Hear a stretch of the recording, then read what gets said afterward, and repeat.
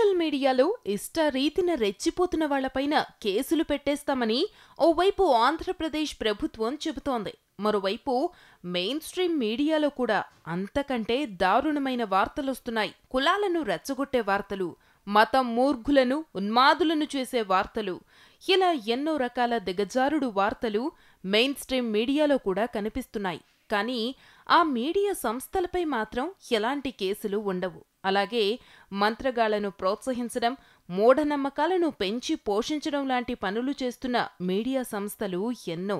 ఇక కొంతమందిని టార్గెట్ చేసి మరి బురద జల్లుడు కార్యక్రమంలో కూడా సోషల్ మీడియాతో పాటు కొన్ని వెబ్సైట్స్తో పాటు మెయిన్ స్ట్రీమ్ మీడియా సంస్థలు కూడా రెచ్చిపోతున్నాయి. ఇప్పుడు ఎన్టీఆర్ పైన అలాంటి వార్త ఒకటి సర్క్యులేట్ అవుతోంది.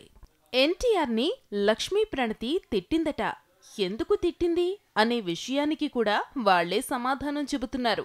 అభికి స్నానం చేయించిన లక్ష్మీ ప్రణతి ఆ తరువాత అభిని ఎన్టీఆర్ కాళ్ల దగ్గర వదిలిపెట్టిపోయిందట.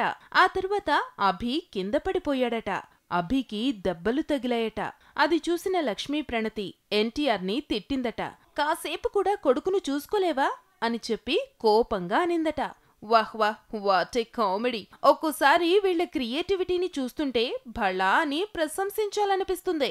ఏదో తామే కళ్లతో చూసేసినట్టుగా డైరెక్ట్ గా కెమెరాలు రికార్డ్ అయినట్టుగానే వీడియోలు చేసేశారు. మెయిన్ స్ట్రీమ్ మీడియా వాళ్లు కూడా వార్తలు రాసేశారు. అలా రాసిన వాళ్లకు కనీసమైన కామన్ సెన్స్ ఉందా? అదేంటంటే ఈ విషయాన్ని మీడియా వాళ్లతో ఎన్టీఆర్ షేర్ చేసుకున్నాడని మొక్తాయింపొకటి. ఏ మీడియా వాళ్లతో మన స్టార్ హీరోలు ఇలాంటి ఇంట్లో విషయాలు మాట్లాడతారో చెప్పమనండి. అసలొక సూపర్ స్టార్ రేంజ్ ఉన్న హీరో మీడియా మీట్స్ కోసం వచ్చిన జర్నలిస్టులతో ఇలాంటి విషయాలు షేర్ చేసుకుంటాడని జర్నలిజం తెలిసిన ఏ ఒక్క జర్నలిస్ట్ అయినా చెప్పగలడా?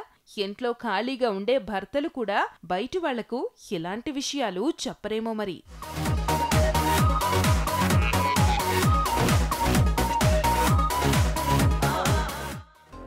ఈ వీడియో గనక మీకు నచ్చినట్లయితే లైక్ చేయండి, కామెంట్ చేయండి, షేర్ చేయండి. బట్ సబ్స్క్రైబ్ చేయడం మాత్రం మర్చిపోకండి our YouTube channel plus TV. Thanks for watching.